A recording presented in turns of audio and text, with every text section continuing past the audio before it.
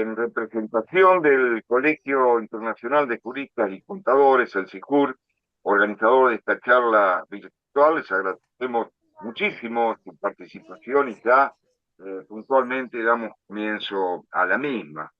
Una charla con la cual se cierra un año académico muy intenso, lo cual hemos realizado jornadas, cursos, seminarios que favorecieron el intercambio interdisciplinario, la actualización doctrinal y, supuesto, el fortalecimiento de vínculos entre docentes, investigadores, magistrados, que renuevan nuestro compromiso con la formación crítica, con la investigación aplicada y con el debate profesional.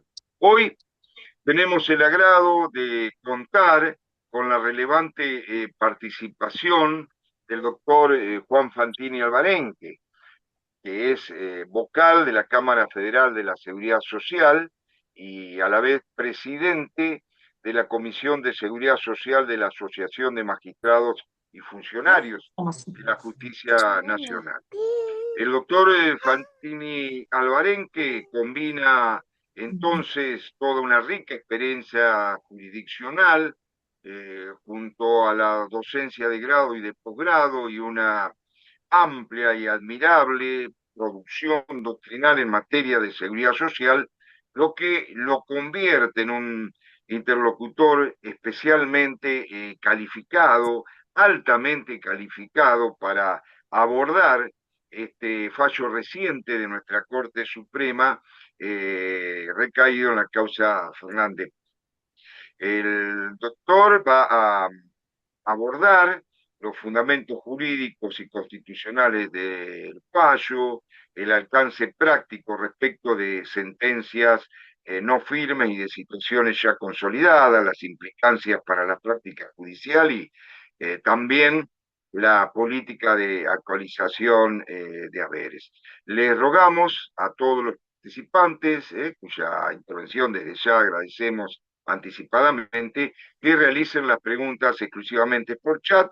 Las mismas van a ser respondidas por nuestro distinguido panelista al finalizar la exposición.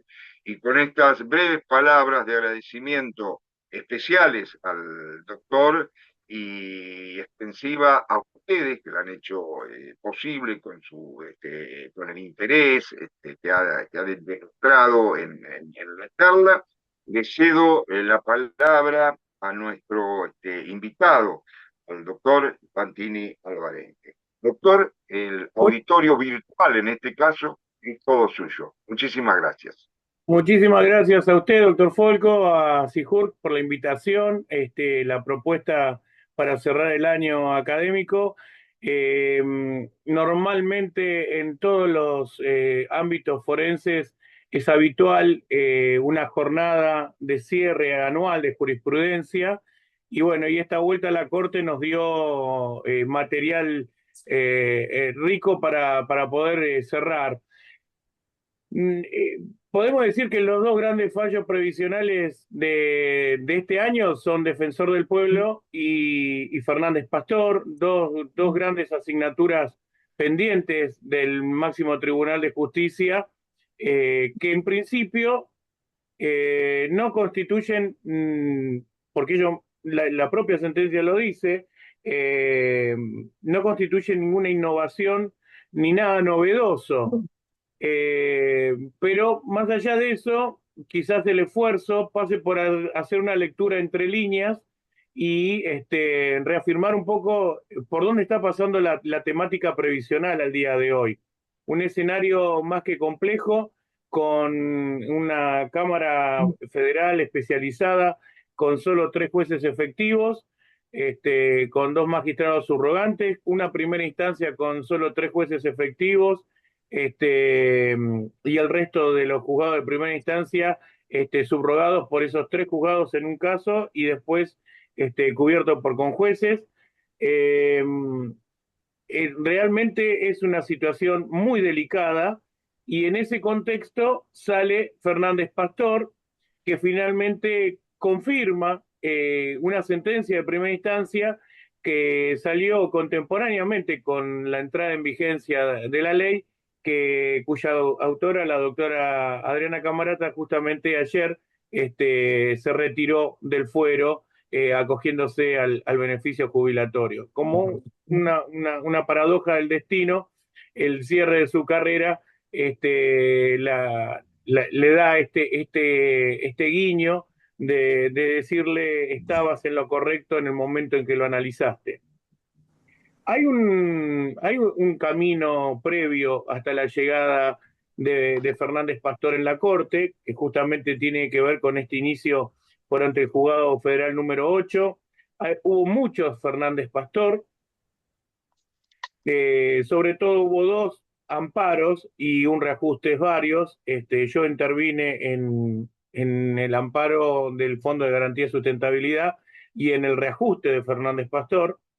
Fernández Pastor se le puede decir que se trataba de un exfuncionario de la Administración Nacional de la Seguridad Social con una larga trayectoria en el ámbito previsional, y también se le puede decir en la jerga el abogado de Cristina.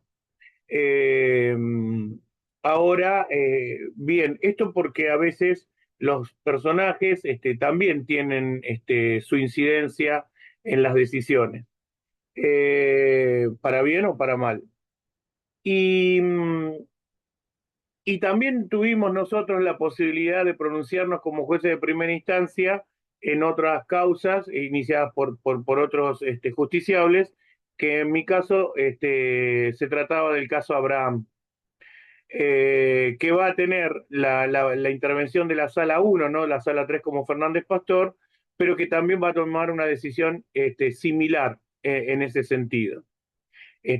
Tanto Camarata como yo habíamos rechazado los amparos, y las salas 1 y 3 optaron por la teoría que hoy la Corte desbarató en Fernández Pastor, de creer que en la sucesión de normas previsionales debe existir una obligada concatenación o un determinado tratamiento a la intertemporalidad de las normas, que normalmente en la jerga se llama empalme, o el tratamiento expreso del intersticio que lleva a tener lugar entre una norma y la otra. Lo primero, entonces, es que Badaro sigue siendo el último fallo de movilidad de la Corte Suprema de Justicia de la Nación, que exclusivamente trató un periodo de inmovilidad fáctica por incumplimiento del artículo 7 de la ley 24463 durante el tiempo de la convertibilidad, y la lógica de Heyrup. Esto puede no haber causado perjuicio mensurable que pudiera llevar a un reclamo, pero no bien las variables económicas tuvieron diversos movimientos, la Corte saca a Badaro por el periodo que va del 1 de enero del 2002 al 31 de diciembre del 2006, para luego tener lugar la ley 26.198, que va a ser la única norma presupuestaria que cumplió aquel mandato del artículo 7 de la ley 24463, de que en una ley presupuestaria íbamos a prever cuánto habríamos de aumentarle a los jubilados al año siguiente de vida. La Argentina hoy lleva 2 años sin ley de presupuesto. Estamos con sesiones extraordinarias abiertas en el Congreso para este año, con miras al próximo, romper esa inercia y poder contar nuevamente con la ley de leyes, que nos da certeza, certidumbre, y le da por lo menos cierta previsibilidad al gasto de los fondos públicos, del dinero que sale de las arcas del Estado. Y la clase pasiva como clase vulnerable, con créditos todavía pendientes de cumplimiento, porque no, todas las sentencias con fundamento en Badaro y el IF no están totalmente canceladas ni pagas, porque también esto tendría otra incidencia. Si toda la litigiosidad previsional que hemos conocido hasta ahora estuviera totalmente cancelada, esta podría ser una mala noticia. Pero como todo está girando todavía, entonces la noticia no es ni buena ni mala, es una señal para prestarle atención a qué variables vamos a tener en cuenta aquellos que litigan para hacer sus reclamos, el orden de los reclamos y el contenido de los fallos de la Corte. ¿Y por qué digo esto? El IF ya tiene vencimiento absoluto. Si yo tengo un beneficio otorgado y las remuneraciones de actividad no son anteriores a febrero del 2009, a esa persona la doctrina del IF no le cambia absolutamente nada. Si yo no tengo el beneficio adquirido con anterioridad al 31 de diciembre del 2006, no voy a obtener nunca una movilidad efectiva como crédito. Entonces, esos dos fallos, digamos que están agotados. Después está una temática residual que es haber adquirido el beneficio después del 1 de marzo del 2018, después del 1 de marzo del 2021, después del 1 de marzo del 2024, y no obstante esas fechas de adquisición del beneficio, tener remuneraciones anteriores de actividad a febrero del 2009. Caso Yopolo y Perfeto de la Sala 2, que hasta el día de hoy la Corte no ha dicho absolutamente nada. Y el otro fallo que queda por darle contenido es Quiroga. Y nuevamente las fechas de adquisición del beneficio son determinantes. ¿Qué metodología se utiliza para considerar que la PBU como componente del haber inicial previsional es redeterminable o no? Mientras que las otras dos prestaciones, PC y PAP, se mueven, tienen reajuste, tenés remuneraciones antes de febrero del 2009, bueno, la PBU puede tener un determinado tratamiento. Pero cuando ello no ocurre, cuando la PC y la PAP quedan exactamente igual que como te las puso al pago el organismo previsional, ¿qué solución le das al reclamo de redeterminación de la PBU? Lo que llamamos el antiquiroga, el contraquiroga, donde Quiroga no llega, donde Quiroga puede llegar como la buena doctrina que tiene Quiroga, que es decir, la PBU es reajustable. Después, sin perjuicio de la fecha de adquisición de beneficio, ahora usted tendrá que decir bajo qué parámetros considera que se configura un presupuesto de confiscatoriedad y en su caso qué índice habrá de usar para repararlo. Y me parece que entonces la Corte, una primer señal que puede estar dando con este fallo es decir, cerremos lo que tenemos pendiente. ¿Y qué tenemos pendiente? Tenemos pendiente la PBU. No podemos hablar de movilidad si no damos por sentado que todos los haberes iniciales están correctamente determinados. Si participáramos de esta idea, entonces nos podemos, digo yo, darnos el lujo de entrar a hablar de periodos de movilidad posteriores. Pero si eso no ocurre, tengo que tratar esta cuestión. ¿Y por qué digo esto? Porque a la Corte llegaron expedientes ya para discutir el tema de la PBU y de los índices que se usan, mientras que la PC y la PAP se movieron. Míguez, Batipede, 280. Ahí está la postura del doctor Lorenzetti que dice un 280 no es ni sí, ni no, ni blanco, ni negro. Es simplemente la Corte no entendió que debe intervenir y por lo tanto la sentencia queda como la dictó el Tribunal de Alzada preinterviniente. Punto. No va a pasar como Betancourt, el GAF, la revocatoria en extremi, la aclaratoria en extremi, un 280 no confirma una sentencia. Bueno, ya esos tiempos pasaron. No hay manos negras que quieren obligadamente dar a entender de que hay una buena noticia. No, no, acá no hay eufemismo, no hay ambigüedades. Acá se rechazó una demanda. Pero, entonces, esta es la primera parte que quiero introducir. Entiendo yo que la Corte dice, hay un tema por resolver en los haberes iniciales. Y fíjense que en la etapa anterior salió primero Badaro como movilidad, y lo que tuvo de bueno era para las leyes anteriores a la 24241. Y luego sale el IF y se pronuncia sobre el haber inicial y dice pero también Badaro es movilidad para la 24241.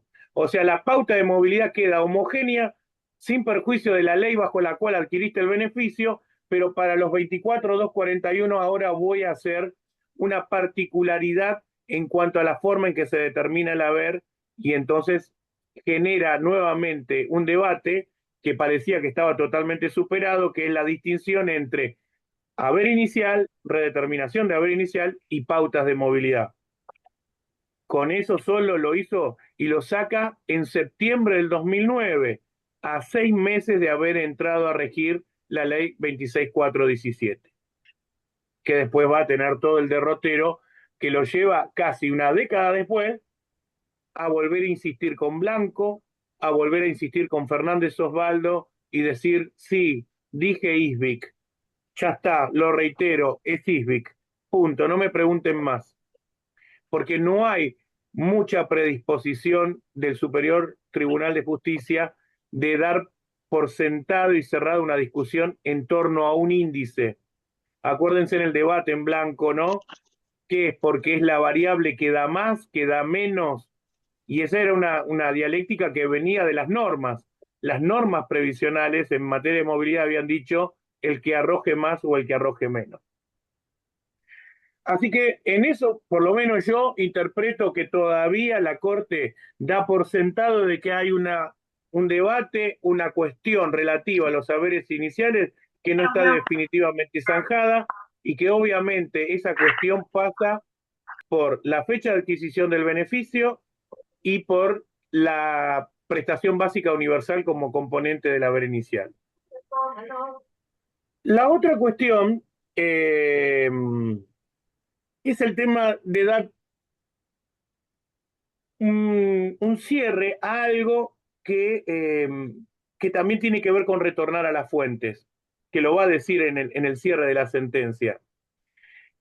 ¿Cuándo vimos que era procedente reajustar un beneficio previsional por vía de un amparo? Nunca. Nunca, sencillamente nunca. Ahora, resulta que en un momento se puso de moda atacar la constitucionalidad de la norma que daba contenido a la garantía constitucional de movilidad. Y Badaro salió cuando a la garantía constitucional de movilidad la dejaron vacía, ausente de efectividad. La ley de presupuesto del 96, 97, 98, 99, 2000, 2001, 2002, 2003, 2004, 2005, 2006 no dispusieron nada en materia de movilidad. Inconstitucionalidad por omisión. Algún letrado alguna vez charlando conmigo me dijo, y bueno, yo para mí, Badaro es una inconstitucionalidad por insuficiencia. Porque a Badaro, recuerden que por su ubicación en la escala piramidal previsional, estaba en el sector medio alto y eran los que no habían obtenido más que un aumento en comparación con los haberes más bajos o la base de la pirámide previsional que habían tenido varios aumentos y redeterminaciones del haber mínimo previsional. Entonces, acá me da a mí la impresión de que quiere dejar aclarado que no hay materia para el amparo. No es Peralta esto, para que por amparo planteemos, no tenemos una acción directa de inconstitucionalidad a nivel procesal nacional, no la hay. Bueno, ahí aparecen los eufemismos de la acción meramente declarativa, de certeza, Santiago del Estero, Hidronor, etcétera, etcétera. Bueno, yo quiero la declaración de inconstitucionalidad de una norma. Y acá, ¿cuál era el agravio constitucional? Y yo, de continuar la vida como venía desarrollándose a la luz de la normativa vigente, en marzo del año que viene iba a tener el pelo más largo. No, no, voy a tener 14,6 de aumento. Y en cambio, el 28, 29 de diciembre del año en curso, me cambiaron las reglas del juego. Me corrieron el arco, como solemos decir ahora, para otros reclamos previsionales. Y entonces estaba incorporado en el patrimonio del beneficiario previsional de manera tal de que estaba garantizado por la garantía de propiedad? ¿Era un derecho adquirido? No. Primero, y ahí lo reitera la Corte, ¿cuántas veces dije que nadie tiene el derecho adquirido al sostenimiento de un régimen legal determinado? Viene el legislador y dice, esta ley afuera, ahora esta ley, rigen hacia el futuro. Sacó esto con el artículo 7 del Código Civil y Comercial Unificado. ¿Lo podía sacar con el artículo 3 del Código Civil anterior? Sí, sí, no variaba en nada. ¿Y qué habló la Corte durante años de ese artículo 3? La retroactividad de las leyes no es una garantía constitucional, pero en caso de afectar un derecho adquirido, entonces sí se eleva a jerarquía constitucional la irretroactividad de la ley para no confiscar aquello que efectivamente ingresó al patrimonio del ciudadano. Y la doctora Camarata lo señaló eufemísticamente. Había dos ejemplos muy concretos. Yo soy un joven de 17 años y meses en el mes de diciembre y cumplo los 18 el 29 de diciembre del 2017. ¿Podía yo ir sin modificación de ley alguna, ¿podía yo ir con la vigencia de la ley 26.417 en marzo del 18 a pedir un aumento para mi prestación que había cesado porque yo adquirí la mayoría de edad? No. ¿Tenemos en Hay un casa? ejemplo más duro, si se quiere. Hay un beneficiario que muere el 29 de diciembre del 17 y no va a venir su pensionada o sus herederos a decir, quiero que me paguen el aumento en marzo del 2018 que se le devengó al causante. Porque ese causante tenía que haber llegado vivo a marzo del 18, porque aquel joven debería haber cumplido los años después del 1 de abril. Y entonces, en ese caso, podría haber tenido percepción del incremento. O sea que en esos dos ejemplos burdos, el de la mayoría de edad o el del fallecimiento, nos permiten advertir que no había una incorporación en el patrimonio. Después la Corte va a hacer una disección del término devengar, de lo devengado, y que ahí me interesa ya tirar también otra línea de razonamiento. A la 27.426 la sucedió otra ley, la 27.541.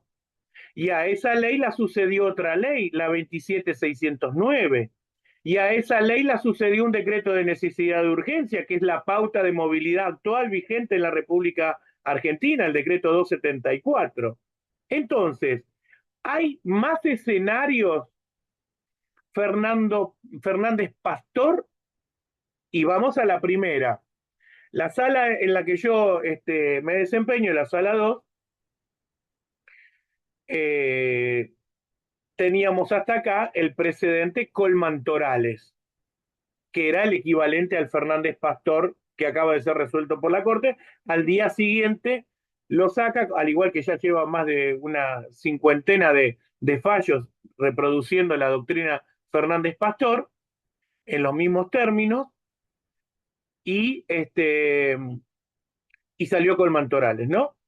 Entonces, ahora, cuando llegó el momento de la 27.541, corríjame si alguien lo conoce, tiene información de otro lado, no hay ningún tribunal en la República Argentina, salvo, vamos a nombrar Paraná, que haya dicho que la movilidad que se pagó durante el 2020 sea incorrecta por la emergencia en sí misma. Vamos, porque esto es lo que quiero transmitirle cuando les dije, ¿cómo es esto de los reajustes por amparo? ¿Cómo es esto de los reajustes que se pretenden tras la declaración de inconstitucionalidad de una norma? Bueno, en la 27.541 tenés dos planteos directos de inconstitucionalidad. Uno, la emergencia en sí misma, como en la jerga, ¿no? El chiste. En diciembre del 19, qué previsores que fuimos, ya sabíamos que venía la pandemia. Bueno, la otra es el decreto que prorroga las facultades delegadas en el Poder Ejecutivo para dar los aumentos durante el 2020. El 2020 es un año en sí para tratar aisladamente o no, lo que ustedes quieran. Yo ahora voy a ratificar mi tesis de Torelli, que hay que periodificar el reclamo. Fernández Pastor no rechazó ningún periodo de movilidad alguna, no rechazó ningún periodo de movilidad alguna, solamente dijo la ley que reemplazó a otra ley no es inconstitucional por el cambio en sí mismo, no hay agravio y por lo tanto la ley arrancó bien. Hay un abogado que le causó gracia la frase que yo escribí jugando con las palabras de ley que mal empieza, mal acaba. ¿Cómo es el tema? La cuestión era muy sencilla. Cuando uno hace planteos en donde alinea todas las pretensiones que suman a su favor, dice, yo impugno la ley 27.426 como empieza, porque en vez de darme 14,6 me dio 9,5. Pero eso sí, quiero que se defienda la ley 27.426 hasta el último día en que rigió, al punto tal de que tenga incidencia sobre la manera en que debe arrancar la 27.609. O sea, no te gusta cómo empieza, pero te gusta cómo acaba. No se puede aceptar constitucionalmente la parte de la norma que me beneficia y cuestionarla o impugnarla o pretender su no aplicación en la parte que me perjudica. Y lo bueno de Fernández Pastor es que no es un pronunciamiento íntegro, acabado y definitivo de la ley 27.426 como pauta de movilidad en sí, que además, como ya lo hizo un fallo creo que de Córdoba, ¿quién no agarra un 70-30 con 70% de inflación y 30% de salario para todo el periodo corrido? Olvídate, claro que lo agarran. Entonces, los federales del interior, el inicio de la 27.426 nunca fue un problema para ellos. Y quizás esta especialidad del multifuero, el estar más consustanciado con la parte civil, porque es un fallo civilista de la Corte, no tiene más que ratificar el principio básico de las leyes rigen para el futuro, no hay aplicación retroactiva, no hay devengamiento, no hay adquisición de sumas dinerarias que se hayan incorporado al patrimonio, por contraposición no hay confiscación alguna, no hay daño, no hay deber de reparar. Entonces, es bien civilista el fallo en ese aspecto. Y bueno, la jurisprudencia del interior, el inicio de la 27.426 no la cuestionó prácticamente nadie. No, yo no tengo conocimiento de algún fallo que se haya quejado. Entonces, vayan y vean esta primer línea de razonamiento que quiero que hagan. La 27.609, ¿cuándo se la aprobó? Se la aprobó el 29 de diciembre del 2020. O sea, tardó un día más que su antecesora. Y tiene un defecto. Dice, va a entrar a regir al día siguiente de su publicación. Y no fueron tan prolijos como la administración del 17, que hicieron todo junto. Sancionaron la ley, la publicaron, le dijeron que entraba a regir al otro día de su sanción. Se comieron las piedras, todo, hicieron todo. Acá se tomaron una semanita.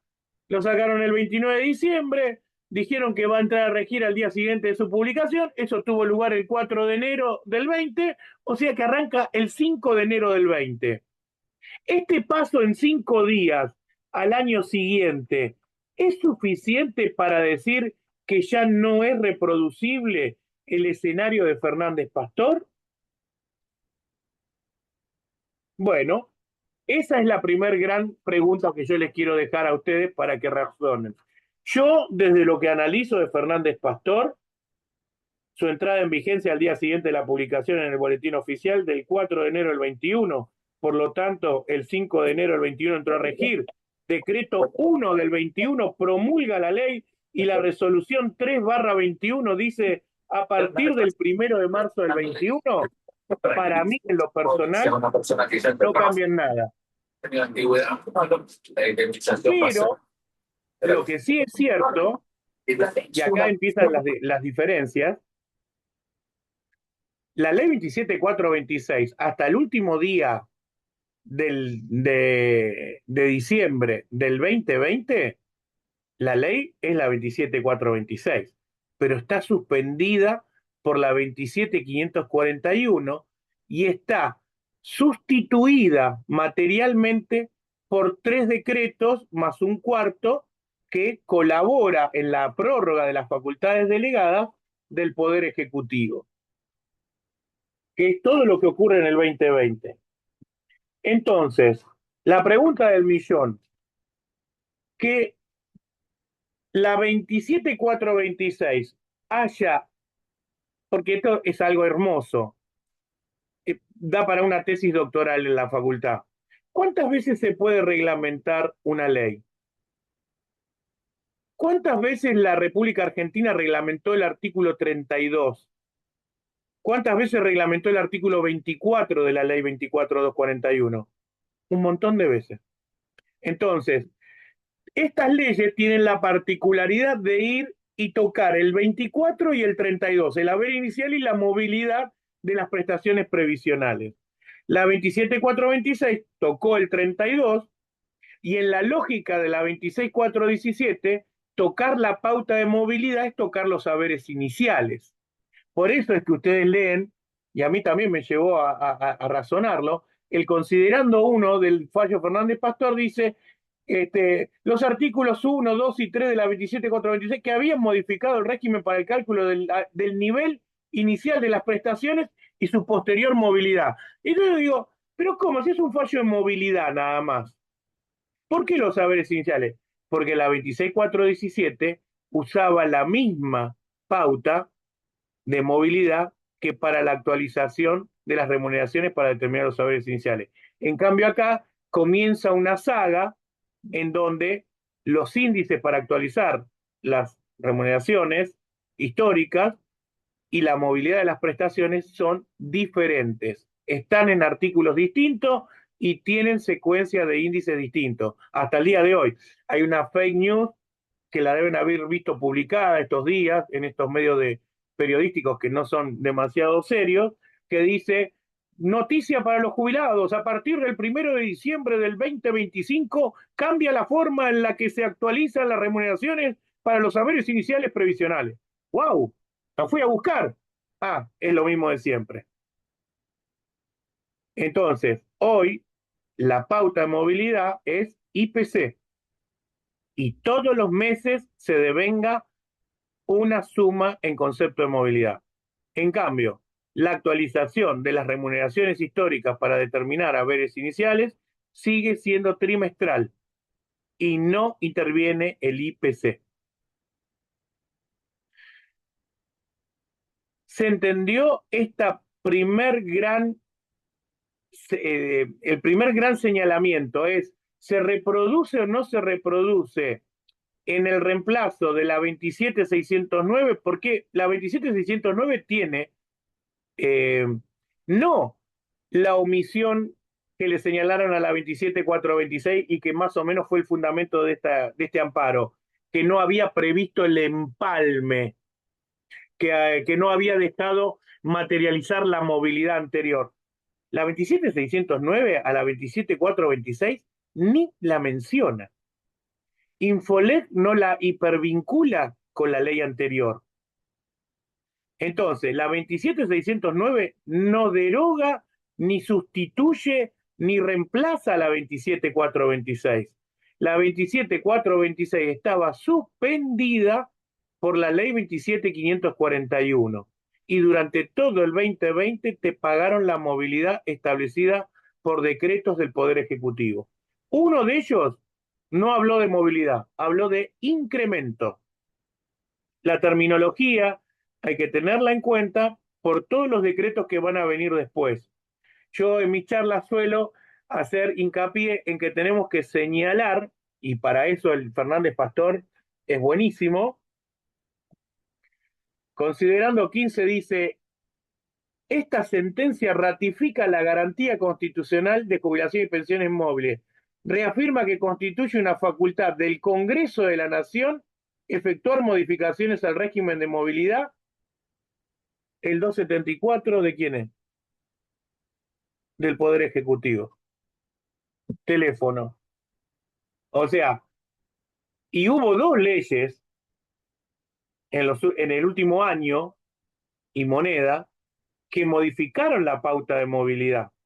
Y es cierto que lo hacían con el mismo índice IPC que el decreto 274, pero no dijo que la movilidad la puede establecer el Poder Ejecutivo. Y este es un tema que sería como otra conclusión que se podría sacar accesoria del fallo Fernández Pastor. ¿Es el blanco para la movilidad? En blanco dijo, es exclusivamente pauta del legislador establecer la secuencia de índice con la que se actualizan remuneraciones en actividad para determinar haberes previsionales. No puede el Poder Ejecutivo, ni a través del decreto, el 807, yo por lo menos lo decreté inconstitucional, después empezamos ese eufemismo de inaplicarlo, ni a través de la Secretaría de Seguridad Social, era una de las resoluciones, ni a través del director ejecutivo del ANSES. O sea, ni el ejecutivo ni ningún funcionario dentro de su órbita tiene facultades para establecer la secuencia de índices para haberes iniciales. Lo tiene que hacer el legislador. Eso está en el artículo 4 al día de hoy de la 27609. Y así se cumple. Ahora, le acabo de leer el considerando 15 y acaba de tirar el blanco para la movilidad. Es una facultad del Congreso. Está diciendo que la movilidad debe ir por ley.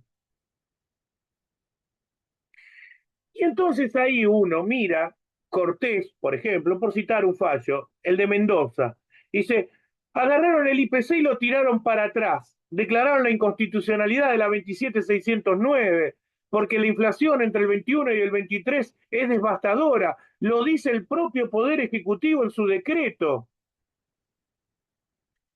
Y a eso vamos otra vez a Fernández Pastor, considerando 14, que ya había tratado la movilidad, ¿no? Y entonces Fernández Pastor había impugnado el 70-30 hacia adelante como nueva fórmula de movilidad, cosa que tanto la Cámara, de primera instancia obviamente, y la Cámara también confirma el rechazo. La nueva fórmula como pauta no la cuestionó la Cámara. Hacia adelante dijo, no podemos decir nada. El único problema es ver esta afectación que vimos y por eso la invalidamos y mandamos a pagar con la norma anterior. Y entonces dice, ya se lo trata así con muy poca dedicación, pero miren qué interesante. Los agravios invocados por el recurrente no bastan para demostrar el gravamen que considera le ocasiona la norma impugnada. Esto va a ser clave, porque estamos hablando de establecer una pauta de confiscatoriedad. La nueva fórmula de movilidad no generó un congelamiento. Justamente, Badaro rompió un congelamiento. No tener aumentos durante un periodo es congelar. Hay otro congelamiento que lo bancó, es Heyrup, pero porque había estabilidad económica. Hay congelamientos y congelamientos, diría Frozono. Bueno, y acá entonces dice, del haber previsional, el desarrollo numérico que efectúa no está referido a las concretas circunstancias. ¿Y qué había dicho el actor en ese punto? Dice, el propio gobierno lo reconoció.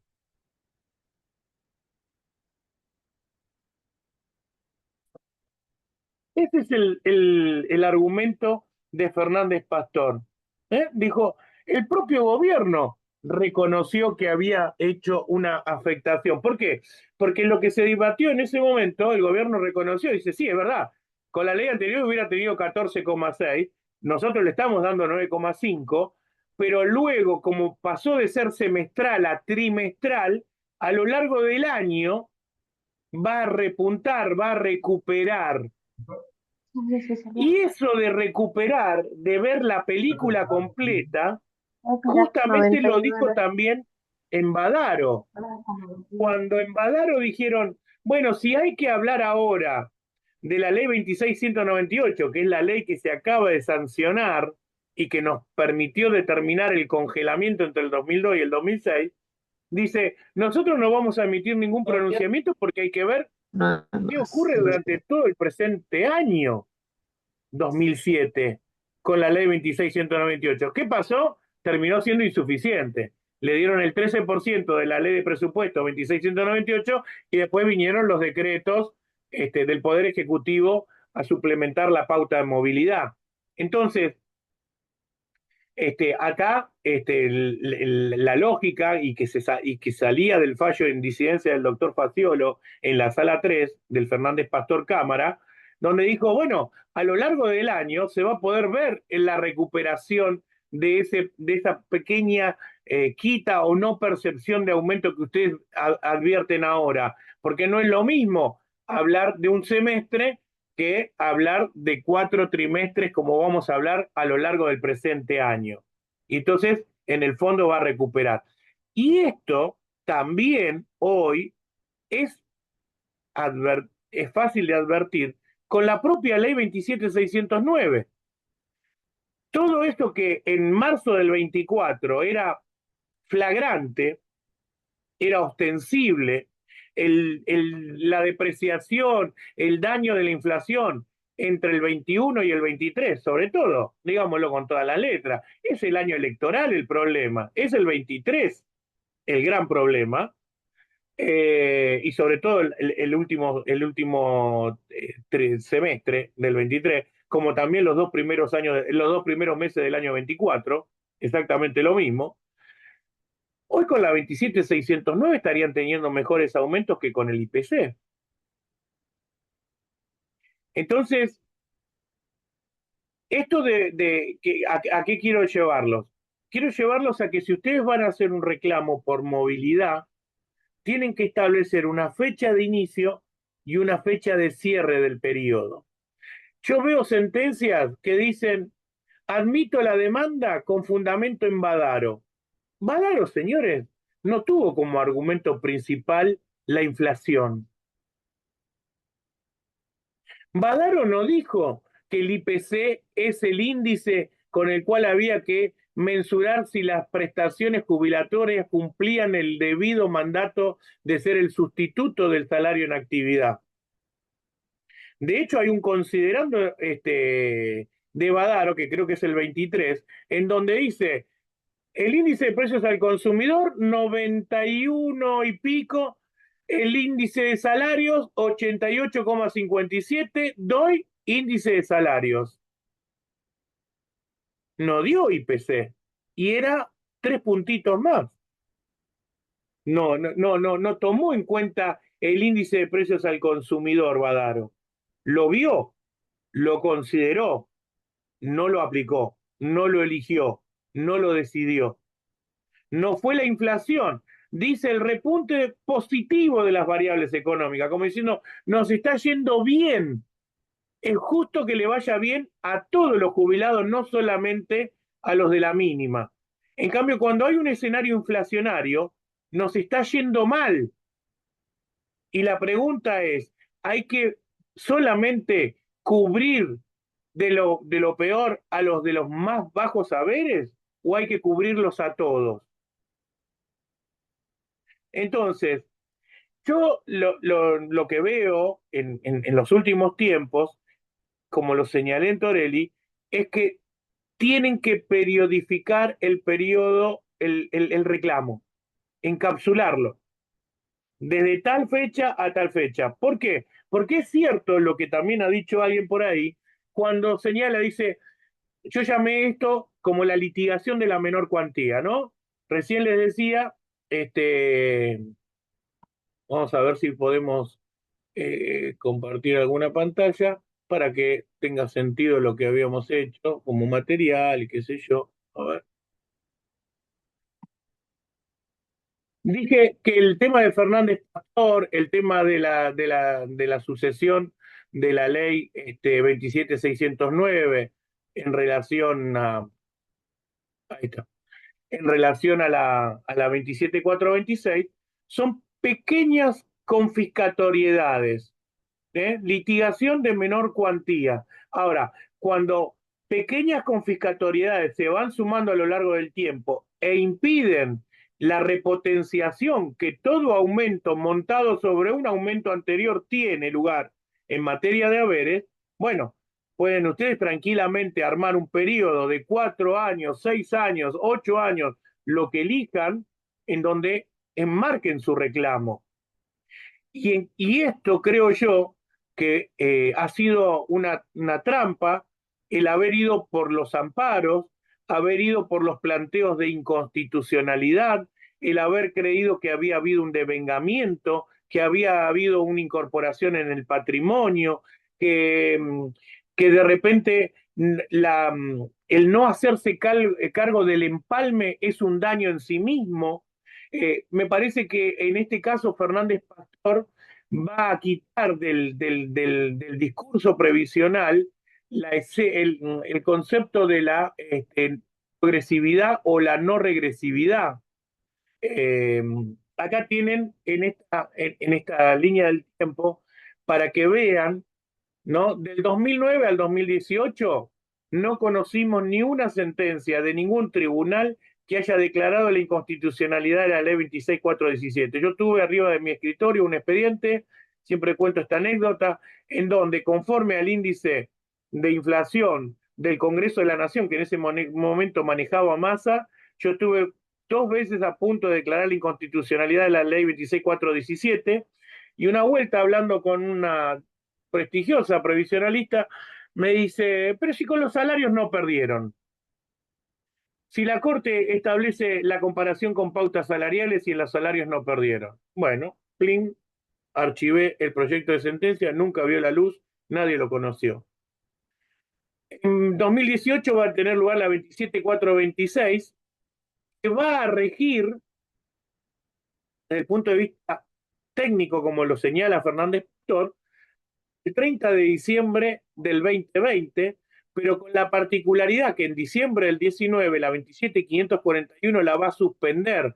Es decir, que técnicamente vio la luz un año y para que menos se de un dé año, vuelta, para que o un año en realidad, todo el 2018 y casi todo el 2019. Y todo el 2020 lo vamos a vivir desde la movilidad con estos 4 decretos, más el 542, que es el que renueva las facultades del Poder Ejecutivo, que solamente las tenía hasta septiembre de ese año. Son los decretos 163, que, acuérdense, trajo una novedad, dio un incremento porcentual y una suma fija. Eso era originario en ese momento. No está mensurado esto en los tribunales al día de hoy. No conocemos nadie que haya descalificado los efectos de arrastre de ese decreto. Bueno, y en el 2021, la 27609, como decíamos antes, límicamente dice que viene a reordenar el artículo 32 de la ley 26417. Es como si todo esto no hubiera existido. Lo que ocurrió entre el 2018 y el 2020 a la luz de estas normas 27426, 27541 y estos decretos no hubieran tenido lugar. Y establece la nueva fórmula que, como dijo algún magistrado también en alguna sentencia, es más o menos parecida a la 26417. Y entonces el magistrado señala en su sentencia que, dada esa similitud y casi cuasi identidad de la fórmula, calificar la inconstitucionalidad de la norma no es procedente y rechaza la inconstitucionalidad. Bueno, hoy tendría razón, pero en los momentos álgidos del 2024, del momento en que salió Cortés y todo lo demás, le decían de todo a ese magistrado, y entonces hoy vivimos con el decreto 274 y hubo dos leyes, la 27756 y la 27791, que fueron vetadas íntegramente conforme a las facultades que confiere el artículo 83 de la Constitución Nacional. Litigar o someter a litigiosidad estos decretos a mi modo de ver, no llevarían a nada. Es el uso de una facultad constitucional.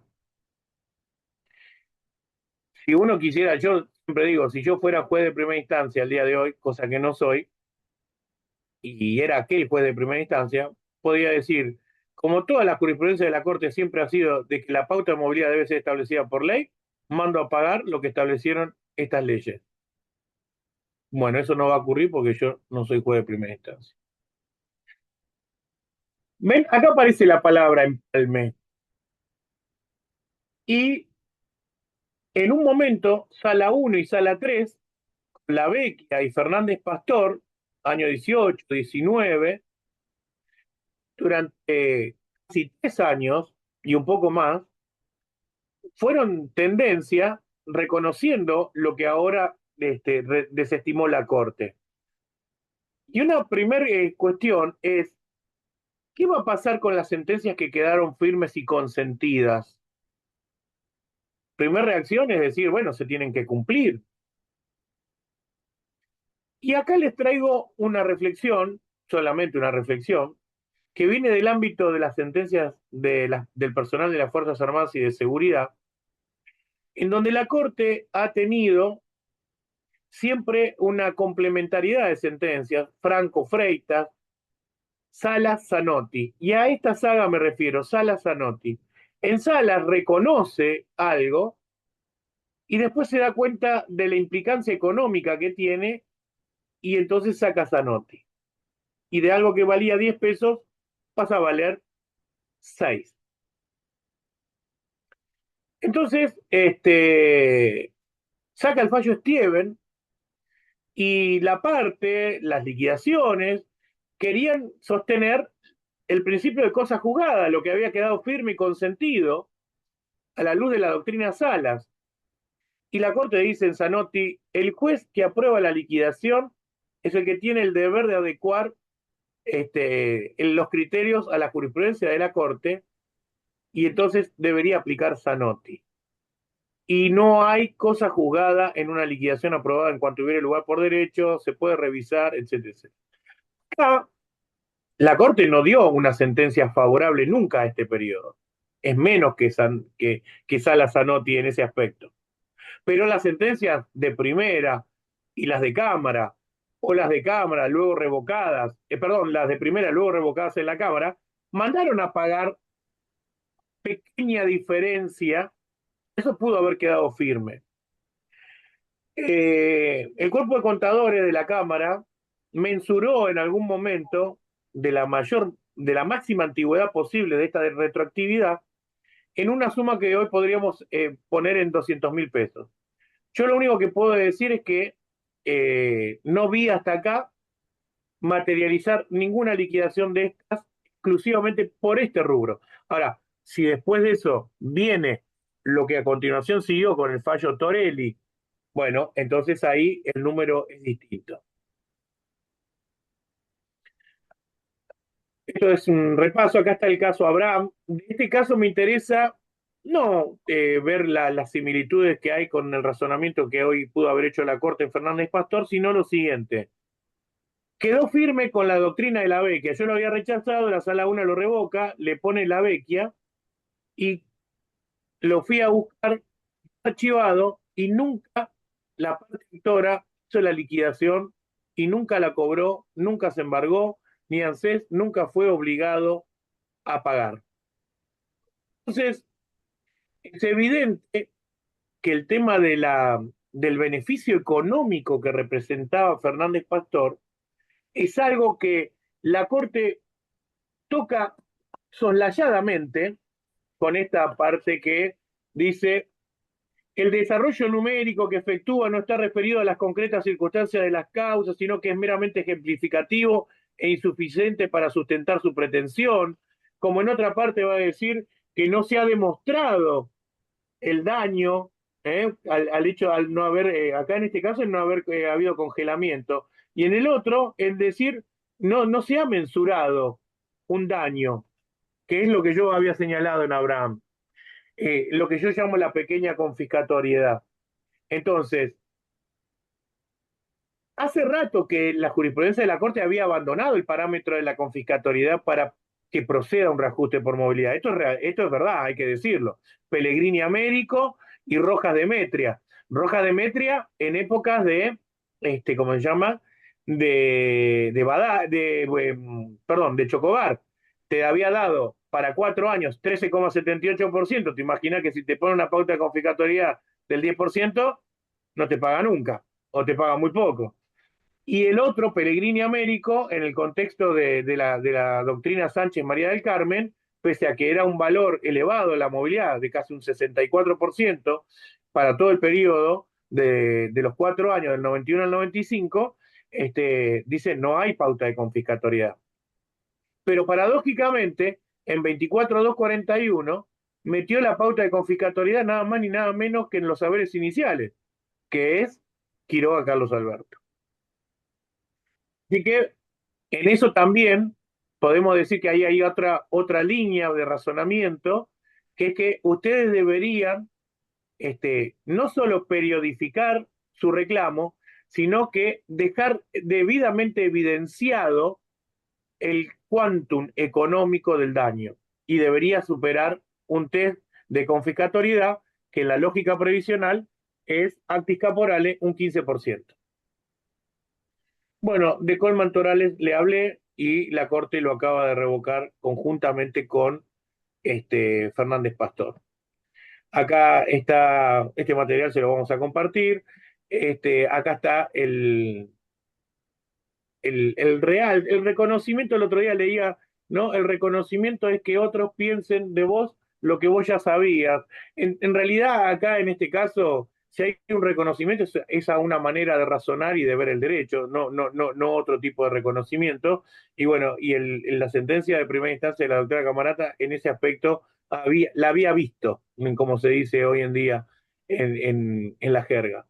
Y por el contrario, la Sala 3 vio algo que no ha sido reconocido por parte de la Corte, que es esto de lo devengado y debidamente incorporado en el caso. Cuestión que sí había visto el doctor Faciolo, que también al día de hoy ya no tenemos con nosotros como integrante de la Cámara.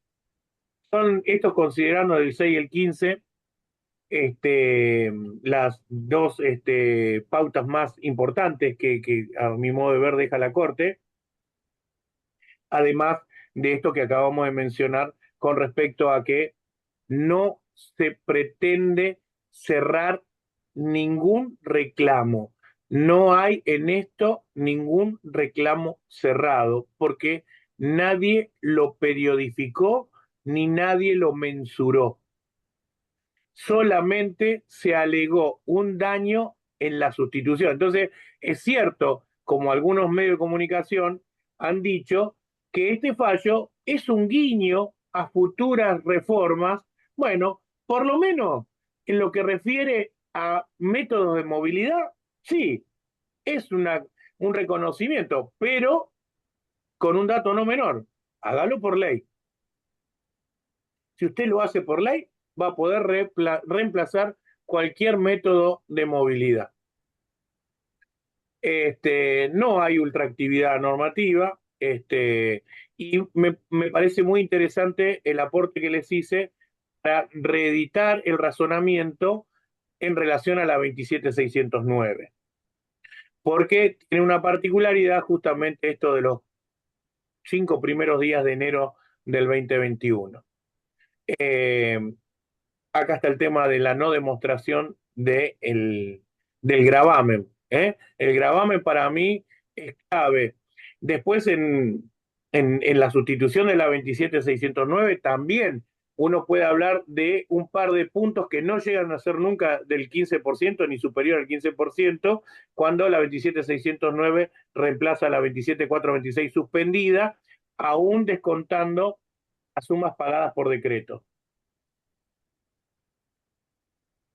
Lo último que tenemos en movilidad es que la Sala 2 difirió para la etapa de ejecución, sobre todo en la lógica que hasta ahora tenía dos movilidades reconocidas, la del Fernández Pastor, Sala 3, Colman Torales, y la de Torelli Rojas, que son estas dos. Ahora quedó con una menos. Habrá que ver si la sala 2 sigue difiriendo o no la ley 27609. Por ejemplo, la sala 3 rechazó siempre los planteos de la ley 27609 y eso, que en un momento podría haber parecido antipático, esto es el tema de los bonos, que ahora voy a hacer un comentario, me interesa ver estos números. Fíjense que por IPC el total sería de un 117,53%, cuando con la ley 27609 sería del 189,06%. O sea que desde esa lógica, hoy con el diario del lunes, diríamos, numéricamente, la ley 27609 no es fácil decirle que es perniciosa, que causó unos grandes perjuicios. Ahora, el tema es que no se lo pagaron, porque le pagaron el IPC. Entonces, las sentencias que puedan tener la textura, la apertura suficiente como para decir, mando a pagar la 27609, pero en caso de ser necesario, sea suplementada por el IPC, los periodos en que, bueno, volvería a ser una creación pretoriana en donde la alquimia generaría la fórmula más beneficiosa para el titular de la prestación previsional. Eso, a mi modo de ver, requeriría una declaración de inconstitucionalidad o de inaplicabilidad. Bueno, ahí le tiro la teoría del abogado con la lógica de Badaro cuando dijo, si hablamos de una inconstitucionalidad por insuficiencia.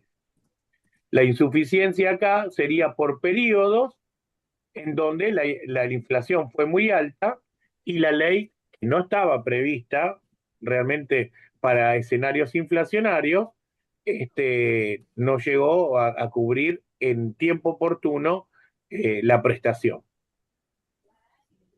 Bueno, esto es lo que yo tenía preparado para hablarles con total honestidad intelectual. Me parece que el tema se agota en una hora, pero lo que me interesa, y esa era la condición, que le íbamos a cobrar una entrada de una pregunta por persona. Sería bueno que escribieran esas preguntas para que yo le pudiera dar una respuesta a cada interrogante que ustedes tengan, si quieren que les dé que repase algunos de estos puntos, sobre todo qué es la doctrina resultante del fallo. La doctrina resultante del fallo para mí, en lo personal, es no se puede, bajo el paraguas de la progresividad o la no regresividad, creer que hay un derecho adquirido a una fórmula legal por el solo hecho de que el cambio sea intempestivo y al límite del vencimiento anual del periodo previo sobre el cual habrá de configurarse el aumento futuro.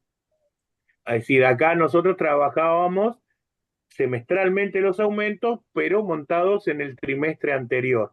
Bueno, la ley 27426 justamente no tomó de septiembre a diciembre, sino que tomó de junio a septiembre del 17 para dar el aumento que dio. Pero acá también, y en esto no ha habido ningún tipo de desarrollo en las demandas, ni tampoco en las sentencias que lo han tratado, solamente el doctor Faciolo, que es el hecho de decir, ¿qué pasa cuando el cambio es de una fórmula semestral a una fórmula trimestral, ahora a una fórmula mensual? Porque eso ya ocurrió, ya lo tenemos, ya es una realidad. Usted tiene que sostener un agravio en esa metodología.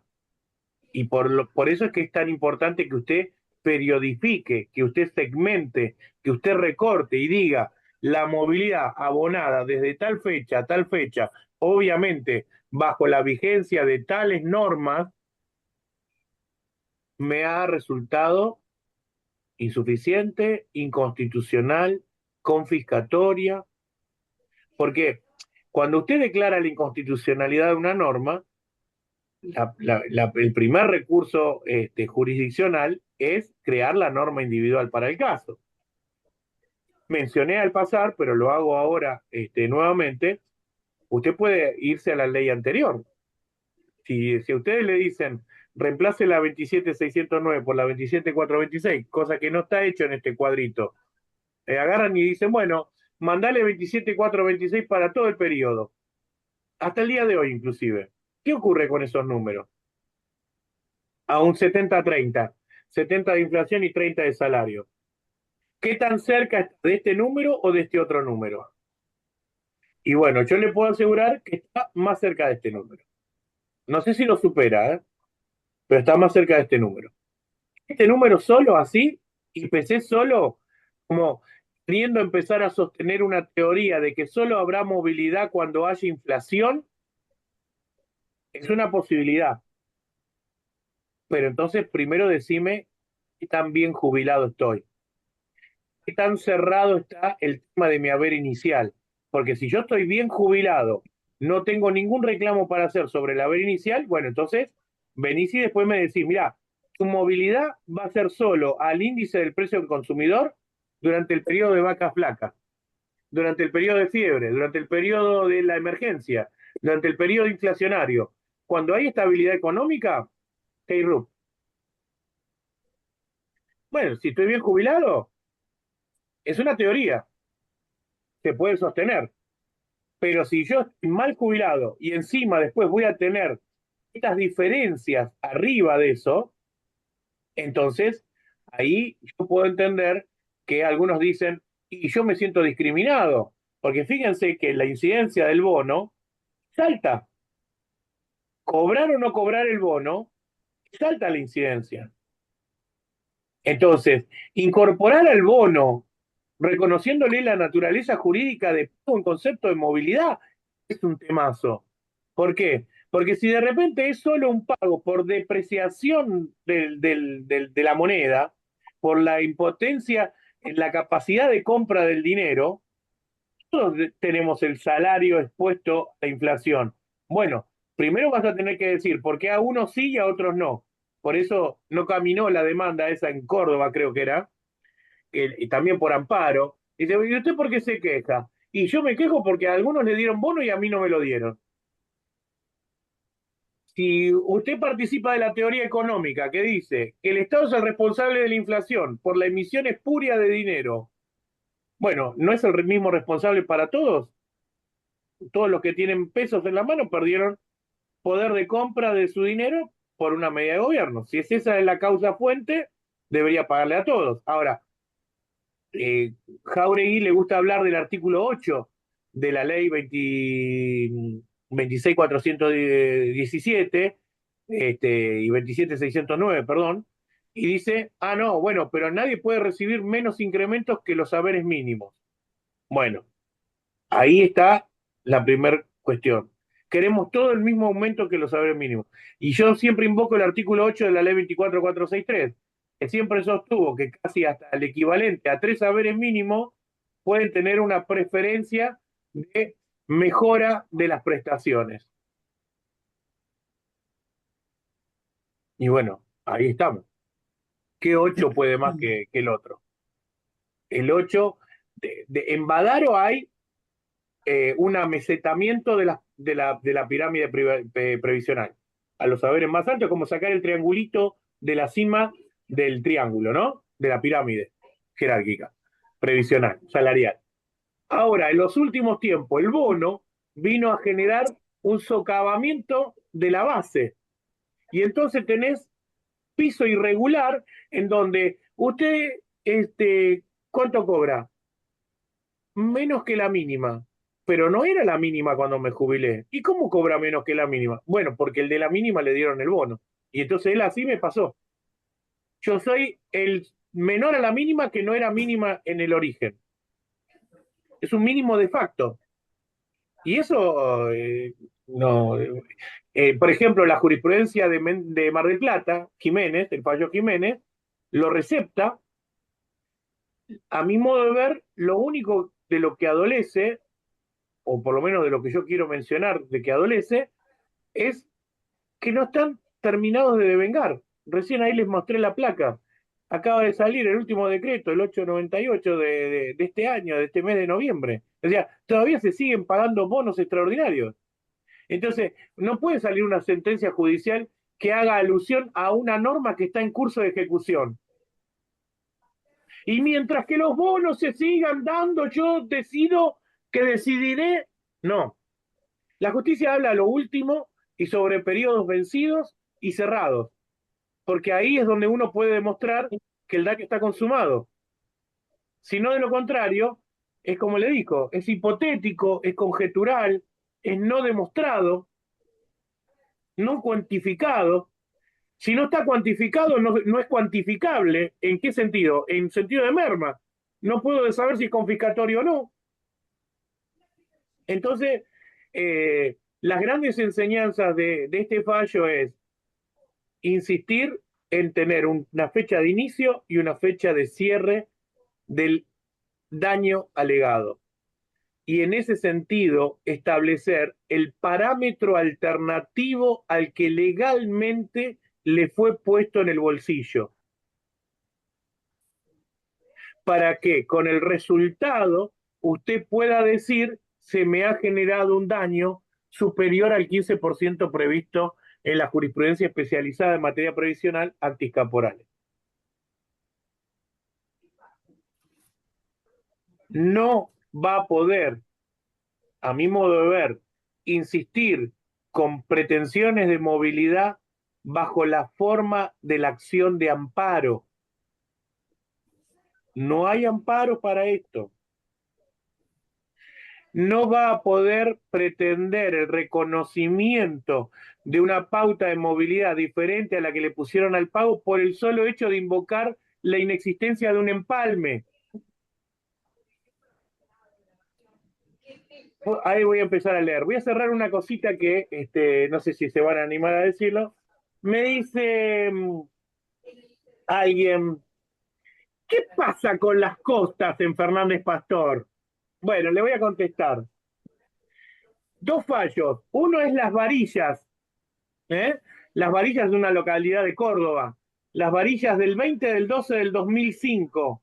Fallos 328, 2.4504.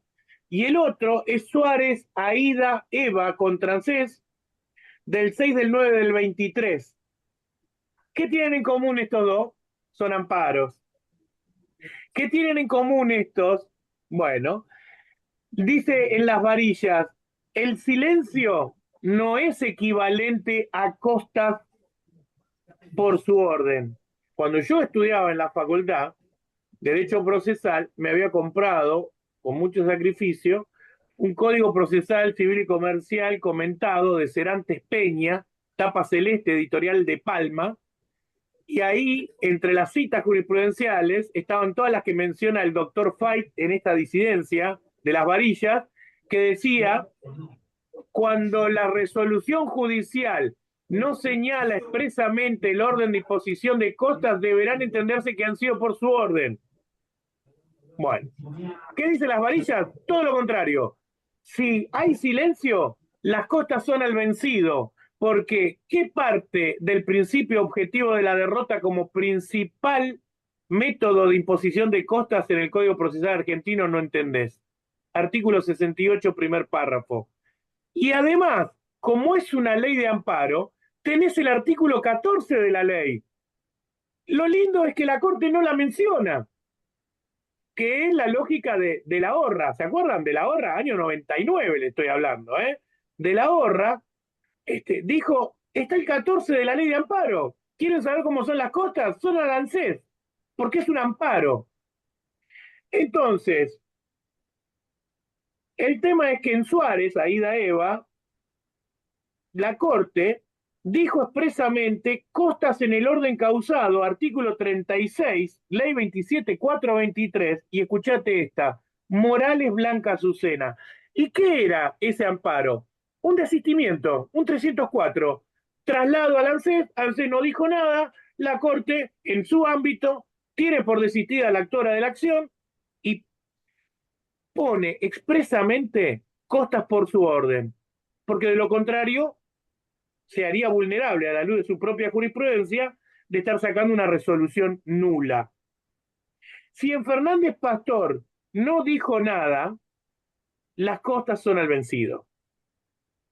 Pero la discusión entre estos dos fallos, y hay algunos procesalistas del interior que tiene un artículo escrito sobre este tema, debió haber la ANSES pedido una aclaratoria, que no sé, por ahí, si hay alguno que me pueda decir. Yo tengo entendido que Fernández Pastor ya está liquidado totalmente, no hay pedido de aclaratoria.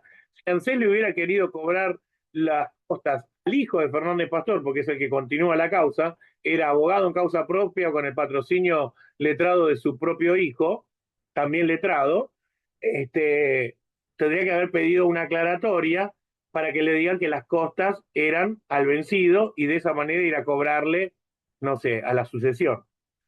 Yo creo que, como ya llevaba 2 años de fallecido el señor Fernández Pastor, la Corte tiene este eufemismo también en el sentido de que llevó mucho tiempo decir algo que es una obviedad. Pero, ¿por qué es una obviedad? Por el timing. Porque la Corte podría haber hecho como en blanco. Uno oiga hacia las partes y le dice, pronúnciense de la 27.541, de la 27.609, de todos los decretos, del 274, y saca una sentencia con actualidad ayer. Y en cambio, optó por segmentar. Vamos por partes, Jack. 27.426 como sucedánea de la 26.417, ni una palabra más. Pero sí líneas directrices muy claras, muy concretas. Quiero que cambies la movilidad todas las veces que quieras, pero hacelo por ley, porque para eso sos legislador. No sé si valido decretos. Y el 274 es un decreto de necesidad y urgencia. Y la Corte tiene un fallo que se llama Pino Severino. A ver si tengo otro material para compartir. Lo hice en su momento para los honorarios, ¿no? A ver si lo tengo acá. Sí, vamos a ver si llego al lugar donde quiero llegar. A ver si lo tengo acá. Eh, Igual viene bien porque tiene que ver con toda esta discusión de qué pasa con las costas, ¿no? El principio objetivo, la entrada en vigencia de la 27.423. Bueno, vamos a ver acá. Esto es lo que me interesa. Pino Severino, ley 26.122. Cuando hay un decreto de necesidad y urgencia, la comisión bicameral mixta puede agarrar y convalidarlo. Vieron que con que una sola de las cámaras no lo impugne o lo ratifique, es ley. Querían sacar un proyecto de ley que modifique esta ley para que digan que para que un decreto de necesidad de urgencia sea válido, tiene que ser convalidado por las dos cámaras. Bueno, eso todavía no es así. Acá tenés todos los artículos involucrados de la 26.122 para que un decreto de necesidad de urgencia tenga validez. Entonces, el decreto 274 hoy vigente, porque está vigente, porque él dijo que derogaba el artículo 2 de la ley 27.609 y lo derogó y todo el mundo lo aplaudió. Ahora, recién acaban de ver el resultado numérico al día de hoy. Sacábamos esta foto en marzo, junio del año pasado y ¿qué gritaban todo el mundo? Cortes, cortes. Bueno, lo corté, no quita lo valiente, diría la 27.609, recuperé, remonté, me daban por muerta, acá estoy, viva. Bueno, esto ya después se fue para los honorarios. Pero entonces, estas normas, no las olviden, esto es lo que le daría vida hoy al 274. Y como les decía, de haber sido juez de primera instancia, podía tranquilamente mandar a pagar lo que dijeron las leyes que fueron vetadas. ¿Por qué? Y porque es pauta del legislador, de última tiene una a favor. Pero si están vetadas en los términos del artículo 83, no hay posibilidad de darle ultraactividad, salvo que vos declares inconstitucional las leyes el decreto 274 y decidas ir por esa pauta legislativa, pero la haces pretoriana. Te copias del legislador, pero la haces pretoriana. Esa es la creación de la norma inicial. Bien, vamos a leer algunas preguntas. Dice, fue lo que estableció en el caso Navarro recientemente. En cuanto a periodificar el reclamo, ¿cuál considera que es la mejor forma de acreditar el daño? ¿Cómo cuantificarlo? ¿Suficiente compararlo con canasta básica, inflación, aumentos? Yo no ejerzo la profesión, yo solamente comparto razonamientos. Lo que sí le digo, índice de precio del consumidor no es lo mismo que costo de vida. Y hasta acá, costo de vida quedó de modé. Es de la década del 80, es de la década del 57 cuando nació el artículo 14 bis. El costo de vida, no. IPC es una canasta básica del jubilado. La pregunta es, ¿la canasta básica del jubilado, del conurbano, del AMBA, es la misma que la canasta básica del norte, de Misiones, de Ushuaia? Bueno, la inflación acá ha tenido determinadas cuestiones. Acá el doctor Trócoli no sé qué imagen compartió, después si quiere nos ilustra. En cuanto a periodificar el reclamo, se refiere al periodo de vigencia de cada norma cuestionada o analizar cada lapso y sumar todos los periodos a fin de acreditar la confiscatoriedad. Lo que usted estime más conveniente a sus intereses. Lo único que yo le puedo decir es que tiene que tener fecha de inicio y fecha de cierre. Y en ese periodo tiene que hacerse cargo de todas las normas que han estado vigentes y que le han sido aplicadas, porque en base a eso le pagaron. Sobre las que lo omitieron a usted, no se lo dieron, bueno, usted tiene que agarrar y tiene que señalar si eso también es un agravio o es una pauta que le sirve para dejar en evidencia la insuficiencia de lo que le dieron a usted a cambio. García Piatti, si me quiere ilustrar sobre qué es el caso Navarro recientemente, lo escucho. Yo no le puedo decir que lo conozco porque es mentira. Si eventualmente el Congreso ratifica mediante una ley el contenido del decreto 274, ¿qué pasaría con el periodo que rigió el decreto en soledad? Yo creo que no habría ningún problema, porque ahí estarías defendiendo la 27609. El problema es donde el 274 no llegó, que es a su aplicación retroactiva, que sería la lógica de Cortés. Para mí el problema es, ahí uno puede agarrar y puede decir, bueno, convalidado que ha sido el IPC, desde una fecha hacia adelante, la justicia tiene el deber de pronunciarse de esa fecha hacia atrás. Porque ahí sí no hay posibilidad alguna de que la 27609 siga siendo sostenida como un parámetro a tener en cuenta. Ya no. Después vas a estar pidiendo, por favor, que te restablezcan una ley derogada. ¿Se entiende a dónde apunto, no? O sea, hoy la 27609 es una norma derogada, pero por un decreto de necesidad de urgencia. Si el decreto de necesidad de urgencia, por ratificación del Congreso, se convierte en ley, o porque la próxima ley, que sí se aprueba, establece el IPC, la 27609 es historia. Y si salís a pedir el nombre de la 27609, vas a estar pidiendo por una ley derogada. Lo que vas a quedarte es con la posibilidad de decir, bueno, pero si es IPC desde tal fecha en adelante, ¿por qué no debió haber sido hacia atrás?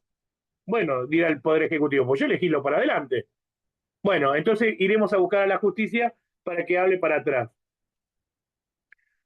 Ah, sí, bueno, pero si es el fallo de Tucumán, es una burda copia de lo que ya había sacado el doctor Castellano y la Cámara de Salta, en Palavecino. Está bien, perfecto. Hablemos de los cabezas de serie. El fallo es Palavecino, entonces. ¿Está bien?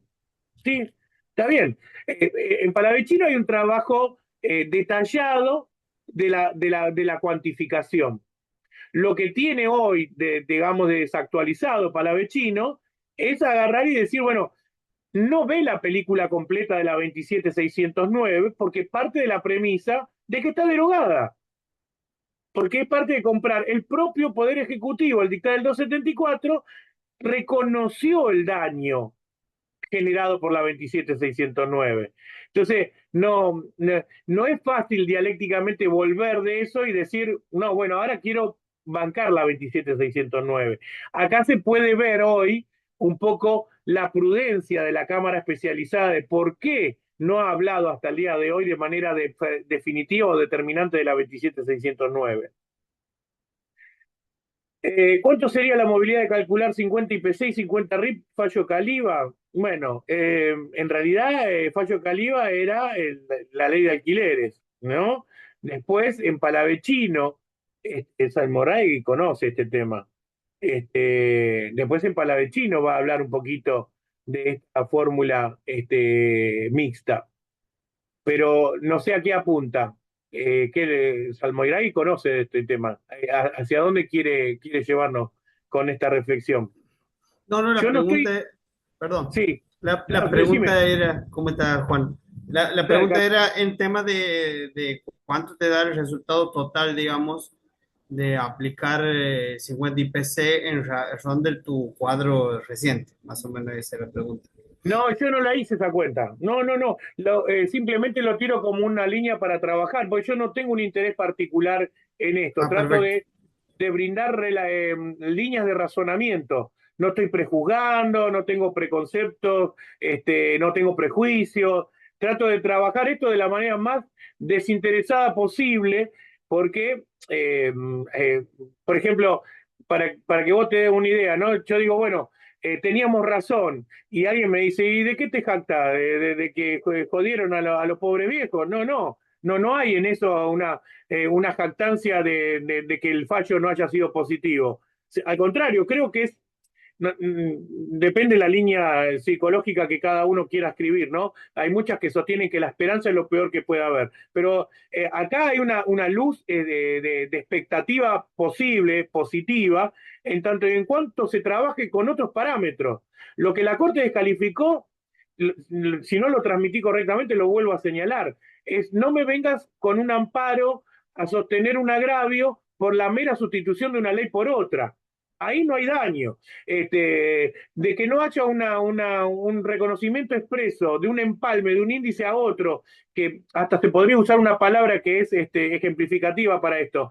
Es inconmensurable pasar de una pauta semestral a una trimestral y después mensual y querer tener un hilo de conducción en todas esas fórmulas en sí misma. Entonces, por eso creo yo también que la Corte fue por partes para no prejuzgar, para no dañar, y sobre todo yo quiero creer, elijo creer, que no está dando por cerrado la discusión de los saberes iniciales, de que todavía nos falta cerrar la PBU, que la PBU no estuvo dentro de la reparación histórica. Tenemos muchas cosas, ¿no? Porque fíjate que en Defensor del Pueblo, uno puede decir que la apelación a la política de reparación histórica, hay como un señalamiento en donde dice, bueno, el Estado algo hizo, y si ese algo hizo fue voluntariamente aceptado por el beneficiario, bueno, algo se solucionó, porque algo ofreció el Estado y algo aceptó el beneficiario.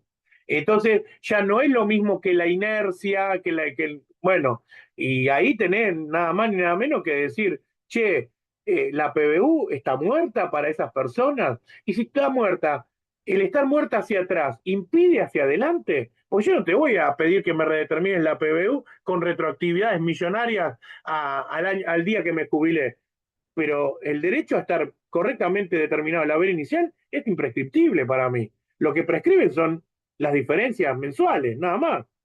Entonces, si vos metés la PBU y se la metés incluso a quien haya aceptado la reparación histórica, lo estás jubilando bien, tarde, pero bien. Entonces, por eso prefiero creer que este parate, esta alerta es que me parece que es lo más saludable también de cara a una futura reforma. Si el día de mañana pasamos a tener otra proporcionalidad de haberes, esta que quieren de que tengas un haber ajustado a la cantidad de años efectivamente aportados, ponele. En ley, sale. ¿Te puede gustar o no? En ley. Vos tenés que darle un cierre a todos los tipos que se jubilaron con PBU, PCPAP.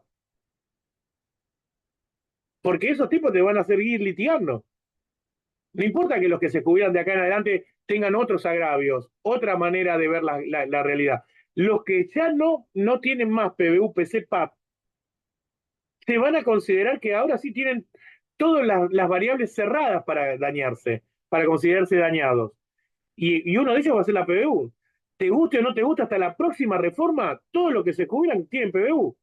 Ahora, no así, todos van a tener PC. Y todos tienen una PAP que no es PAP. Bueno, a esos cristianos hay que decirle si están bien o están mal jubilados. No sé si dejé una pregunta sin leer. Lo de la ratificación del 274 lo hice. No, está bien, Navarro no me dejaron aclarado que era. Adrián, no sé tu imagen, cuál es la intención que querías, Adrián Trócoli, ¿qué querías representarnos con el dibujo? Hola, ¿qué tal? Comparación de No, leyes de movilidad. Está no, bien, ahí pura y está bien claro. exclusivamente por el comentario que había hecho de dónde darían los índices. Es una comparación de dónde estarían dando los índices proyectados de la ley, todas las leyes derogadas, de hecho. Da lo Resultado es que mismo. siempre el IPC es mejor. En realidad, hoy IPC y 70-30 da exactamente lo mismo. Ahí va, me gustó esa, ¿eh? ¿Viste? Porque hay una teoría muy probable, que de hecho yo la vi en alguna sentencia, creo que es de Córdoba, en donde dice, bueno, y si yo muero con la 27426 y me viene a la cabeza que Pichetto, cuando el Fondo Monetario Internacional le pide a la hora de sancionar la 27426, le dice IPC, IPC, IPC, y él dice, en un diálogo institucional con la Corte, nos pidieron que la fórmula tenga pata salarial porque de lo contrario no superaría un test de constitucionalidad a la luz de la jurisprudencia de la Corte. Bueno, 70-30, al menos hasta el momento de su concepción, y ahora ha tenido una señal de que legislar de la manera en que se legisló, que es juntar a todos los gobernadores, sacarse la foto, acordémonos de Macri en los pasillos de la Quinta de Olivo, en los jardines de la Quinta de Olivo, con todo ese verde, todos los gobernadores en hilera, sacándose la fotito, y sale la ley, y se sanciona el último día y entra a regir, y bueno, te guste o no, es un ordenamiento político. Y ese valor hasta acá tiene una convalidación en la jurisprudencia del interior. Eso, vuelvo a repetir, la 27609 tendría todas las de perder, nos queda por ver si pierden el inicio o si pierden el total. La 27426 tiene todas las de ganar, pero hasta ahora todavía no nos han dicho si tiene que continuar y si ha terminado bien. Está buena la imagen, muy buena, gracias Adrián. Está bien, sirve como para representar esto que quiero transmitirle yo. Se puede decir que en algún punto que resuelve la Corte en Fernández Pastor deja abierta la posibilidad de sostener la vigencia de la movilidad. Claro, sí, tal cual, como acabamos de decir, porque me imagino que si otro hubiera sido el resultado, solo quedaba ir hasta la 26417. No, como posibilidades con un oiga hacia las partes tenía hasta para llegar al inicio al menos de la 27609. Porque tenía toda la pandemia, tenía la emergencia y tenía una nueva ley. Después, con esto, si va a sostener la tesis del legislador por ley del Congreso, puede optar por no hablar de un decreto que está en vigencia. Nunca la Corte se pronunció sobre decretos que están vigentes. Ustedes acuérdense que en el conflicto con el campo, para declarar la inconstitucionalidad de retenciones, no fue contra el programa de gobierno de Cristina Fernández, declaró la inconstitucionalidad de las retenciones a la explotación ictícola en Camaronera Patagónica. O sea, le dijo la normativa de Duhalde que estableció retenciones para los pescaditos de una manera no legislativa es inconstitucional. Punto.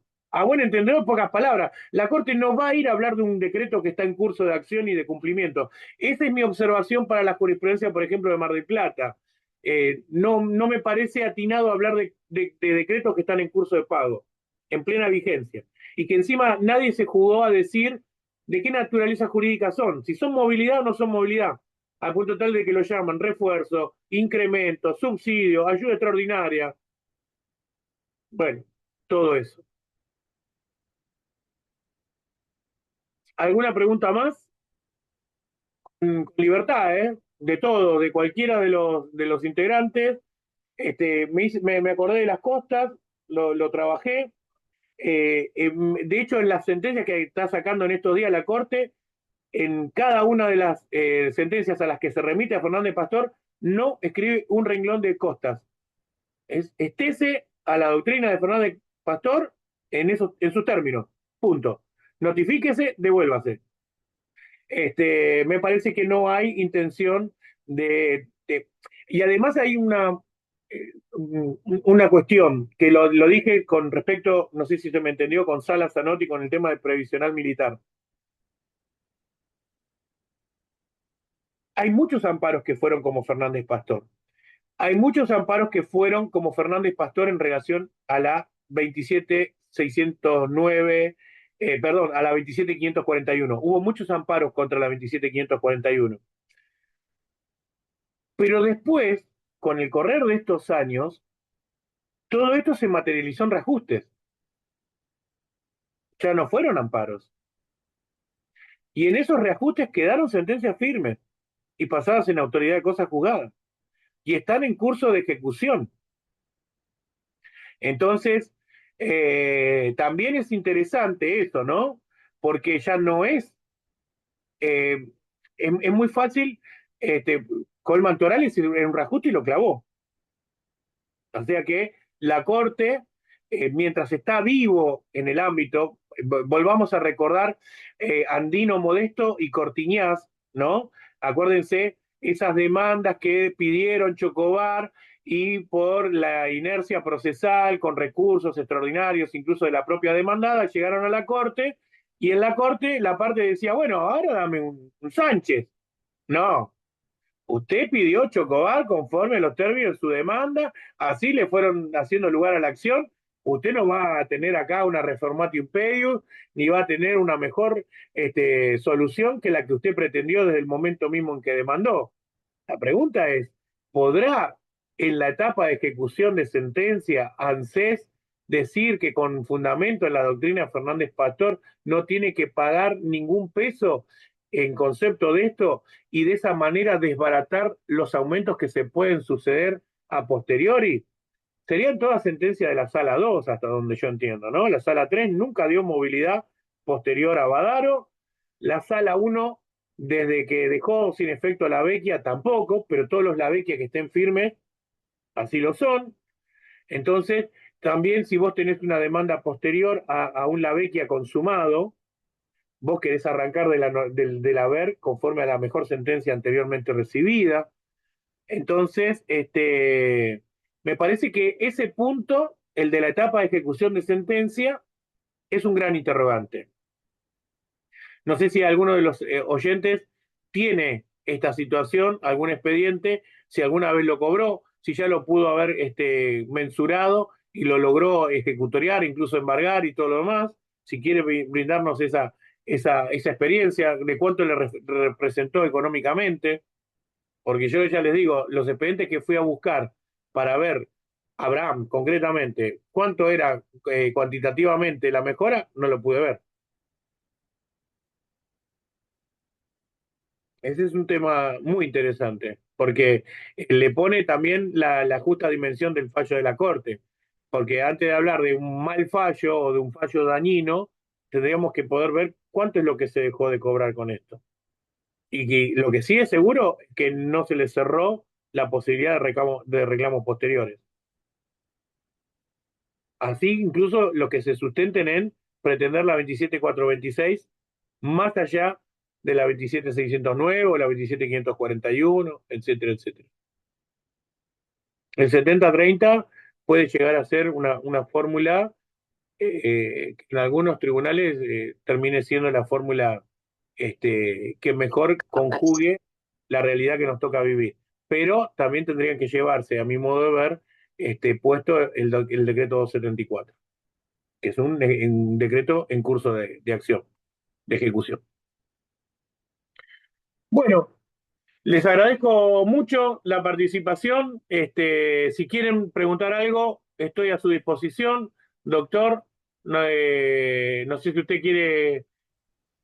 Simplemente agradecerle, doctor Fantini Albanenque, por su exposición tan clara, rigurosa sobre este tema, Fernández, ha sido su aporte muy valioso para todos nosotros. Esperamos contar con su participación en próximas actividades académicas el año venidero. A todos quienes han participado, aquellos que incluso han dado también, emitido sus inquietudes, sus preguntas. Gracias por el interés en la charla, participación. Simplemente Doctor, reiterarle, doctor, doctor, le voy a robar un minuto acá, ¿no? Dice no Gonzalo todo lo Suárez, necesario, doctor, todo lo ¿no? necesario. Sí, sí, adelante, adelante. Ah, bueno, le contesto. Dice, ¿cuál es la definición de movilidad? Y acá Fernández Pastor vuelve a ratificar lo que yo creo que mencionamos también en alguna charla en Mendoza.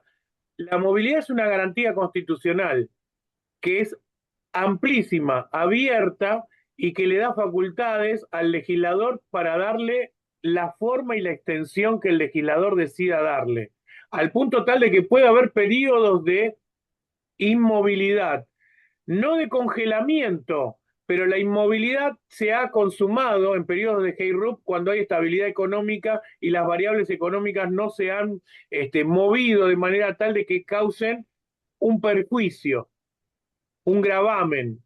Entonces, creo que la Corte en Fernández Pastor convalida en cierta medida esta definición de garantía. La garantía es esa herramienta procesal para reponer en el uso y goce de un derecho que puede ser visto cercenado, limitado, restringido en su debida dimensión. Entonces, hay una cosa que cuando Fernández Pastor habla de que no se ha dado un congelamiento, si estuvieran en una charla de café, yo creo que los redactores del fallo le están diciendo, miren, ustedes se están quejando, pero desde la 26.417 hasta el día de hoy, tienen normas que le dan contenido a la garantía constitucional de movilidad. Les puede gustar más, menos, ustedes dirán cómo, pero acá tienen leyes y las movilidades se pagan. Es decir, no hay periodos de no aumentos. No, eso no ocurrió. No hay ningún periodo en todos estos que no haya habido aumentos. Pero Por doctor, eso, sí, ¿es una garantía o es una herramienta de ajuste la movilidad entonces? Porque yo puedo entender que el legislador tiene la facultad para pero determinar cuál es herramienta de la ajuste pauta. usted la usa de manera negativa para ajustar, digamos, Yo las cuentas del Estado. me baso en los hechos, o sea, nosotros cuando evaluamos los distintos empalmes en la norma y vemos por qué, cuál es la oportunidad por la que el Congreso o en este caso el Poder Ejecutivo escoge uno u otro índice, no es azaroso, usted bien lo sabe, que hay una evaluación también en cuestión de materia presupuestaria sobre cuál índice se escoge. Y me Ahí llama mucho la atención. el cuadro ya lo demostró.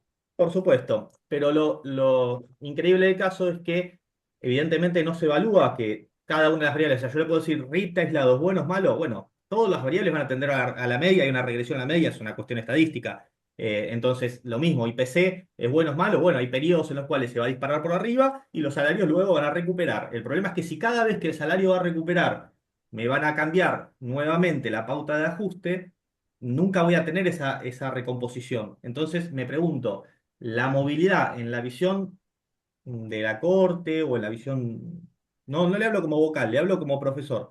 Para usted la movilidad va más bien por una cuestión de una garantía que tiene que ser respetada o de una herramienta que tiene el Estado para cada vez que puede ajustar un poquito y presupuestariamente hacer que las cuentas cierren. Que ojo, no estoy discutiendo si es, no estoy Es haciendo que, un juicio de es valor, que, ¿eh?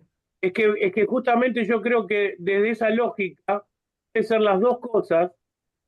El tema es que como representante de la justicia, el día que esos periodos estén debidamente enmarcados, si hay demostración de un gravamen que no logra ser reparado con el curso del tiempo, o sea, que queda cristalizado, y usted dice, yo como motivo de esto he dejado de percibir tanto porcentaje o tanto dinero en concepto de aumento, la jurisprudencia le tiene que dar a usted una solución. Es decir, el gobierno de turno, por eso me gustaba de los proyectos de ley que fueron vetados, hay una pauta que ahí es de un año, para mí es muy corta. De hecho, se podría hacer algo que quizás hasta saliera de la dinámica política, que fuera cada 4 años y que la fecha de inicio y de corte sea de cada inicio y cierre de gobierno, para que sea demostrativo de que no intercambiamos, porque siempre está, si no, la herencia recibida, buena, mala o lo que sea, sino el timing de una administración desde que inicia hasta que cierra, y que en el caso que eso no fuera suficiente, se disponga una pauta correctora. Cuando yo saqué Torelli, alguien que conoce mucho de esto, me dijo, bueno, vos pretendés una fórmula a lo nórdico, de agarrar y decir, bueno, cada 4 años vamos a ir, vamos a medir, y si tenemos que reparar, lo vamos a hacer. Justamente, el 274 tiene virtud reparadora, yo lo dije en muchas charlas, tiene la virtud de hacerse cargo del empalme de una norma por otra. Ahora, la inflación de enero y febrero del 24 no te la pagó. Y obviamente que la que va más atrás de esos meses tampoco. Bueno, cuando sea el momento de establecer un periodo de corte, vos podés agarrar y pronunciarte, y en el caso nuestro será una obligación hacerlo. Lo único que tendrá que tener debidamente el parámetro comparativo establecido en la petición, concretamente. Bueno, muchísimas gracias. Ya no voy a dar ningún tipo de actividad más, así que les deseo una feliz Navidad, un buen fin de año. Y bueno, esta materia lo que tiene bueno es que no nos va a dejar aburrir nunca. Siempre va a aparecer algo que nos va a dar para trabajar. Totalmente de acuerdo, todos les reiteramos nuestra gratitud, a todos, gracias por el interés, por la participación y muy felices fiestas. Hasta todos los momentos.